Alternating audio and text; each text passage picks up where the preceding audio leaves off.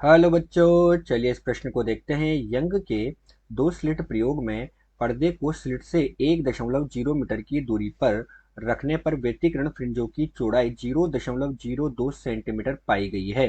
प्रकाश की तरंग दैर्घ्य 6000 एंगस्ट्रॉम है। स्लिटों के बीच की दूरी ज्ञात कीजिए। तो बच्चों यहाँ पर यंग का जो प्रयोग है, उस यंग के प्रयोग में हमारे पास जो पर्दा और स्लिट है उसके मध्य की दूरी है तथा हमें यहाँ पर फ्रिंज चौड़ाई दी गई है।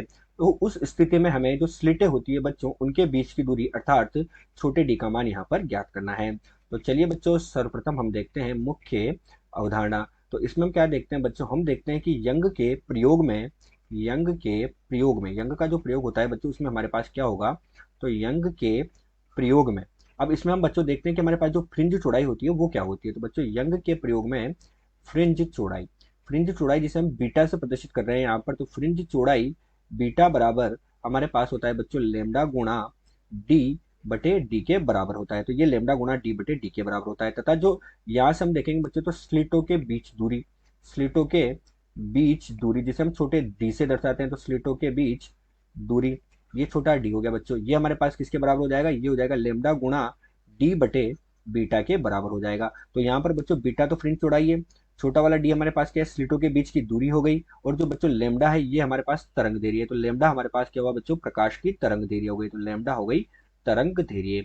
और बड़े वाला डी जो है बच्चों, ये हमारे पास क्या है, स्लिट व पर्दे के मध्य की दूरी। तो ये हमारे पास हुआ स्लिट व पर्दे के मध्य दूरी। क्या हुआ बच्चों, ये स्लिट तथा पर्दे के मध्य की दूरी हमारे पास हो गई। यही इस प्रश्न की मुख्य उदाहरण है। तो चलिए बच्चों, अब हम देखते हैं कि हमें प्रश्न में क्या क्या दिया हुआ है। तो यहाँ पर लिखेंगे हम, प्रश्न में दिया गया है, और हमें प्रश्न में क्या दिया है बच्चों, छोटे डी का मान हमें ज्ञात करना है। बड़े डी का मान हमें दिया बच्चों 1 मीटर के बराबर। कितना दिया गया बच्चों, 1.0 मीटर हमें इसका मान दिया गया है। इसी के साथ बच्चों लेमडा तरंग दैर्घ्य का मान 6000 एंगस्ट्रोम।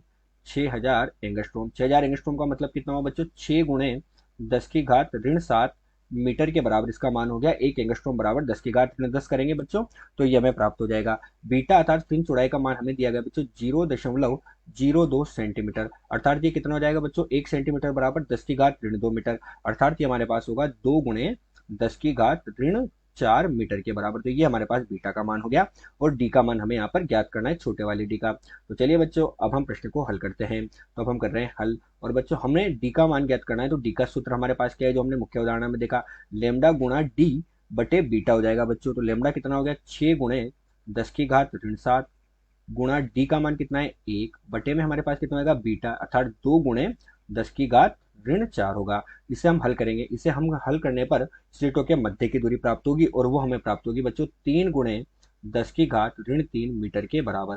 अर्थात ये हमें कितनी प्राप्त हुई, यहाँ पर डी का मान हमें प्राप्त हुआ, स्लिटों के मध्य दूरी का मान 3 मिलीमीटर के बराबर। तो स्लिटों के मध्य दूरी प्राप्त हुई बच्चों 3 मिलीमीटर। आशा करते हैं दिया हुआ प्रश्न आपको समझ आया होगा। धन्यवाद।